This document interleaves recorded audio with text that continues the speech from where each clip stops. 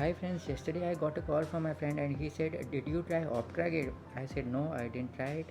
He said, "No, go and try it. You will find it very easy to use." I said, "Okay, what's the purpose?" He said, "Just buy it." I bought it and I opened the pack and see that there is something called this with the purpose. I couldn't understand because there is a bigger hole inside and there are two flaps that are raised. So he said, no, just try it. Open the two rings that are there. So I could observe that there are two rings, one is a thicker ring and one is a thin ring. He said, you just separate them and you use it first in your dummy patient. You will find it how to use and the where to use. Okay, so I was ready. I asked my dummy patient. He said, you can try anything on me, I am always happy. So I held those rings from in between my fingers and so that I could easily place it. So I asked my dummy patient. He said, I am opening my mouth since 10 minutes, so can you please try it on me? So I said, okay, I am ready, I will try it on you. So he opened his mouth and he was ready.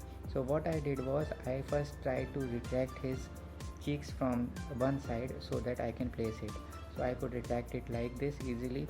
So I just retracted it, placed the Optragate from one side and then closed from other side, and then again retracting the other side and engaging it on the other aspect.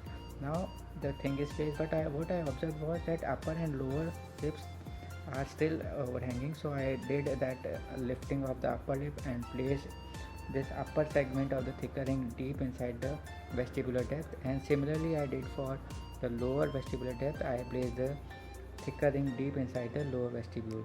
So now it is ready, and now I could observe that yes, this could be used, but for the preventive procedures, especially like oral prophylaxis, even fluoride applications or any SDF applications. Also it can be used for bleaching procedures.